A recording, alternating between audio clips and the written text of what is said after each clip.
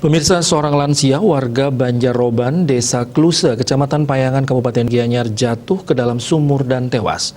Di rumah korban berjenis kelamin perempuan dan berusia 73 tahun.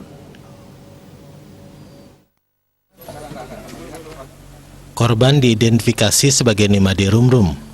Tempat kejadian perkara adalah sumur rumah korban di Tempekan Sepag, Banjarroban, Desa Kluse, Kecamatan Payangan. Menurut keterangan saksi pertama, Niwayan Warsi usia 43 tahun yang merupakan menantu korban, pada hari Minggu tanggal 25 April 2021, sekitar pukul 3.00 WITA, pihaknya mendengar suara benda jatuh. Namun saksi pertama tidak mengecek keluar rumah dan melanjutkan tidur di rumah sebelah barat.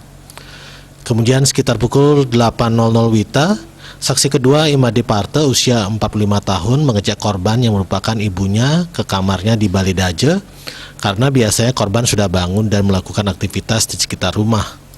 Setelah dicek di kamar korban, ternyata korban sudah tidak ada di kamarnya. Bersama saksi ketiga, Iwayan Karja usia 51 tahun, Niwayan Warsi dan Imade Parte mencari korban dan curiga bahwa korban jatuh ke dalam sumur, mengingat saksi pertama mendengar suara benda jatuh.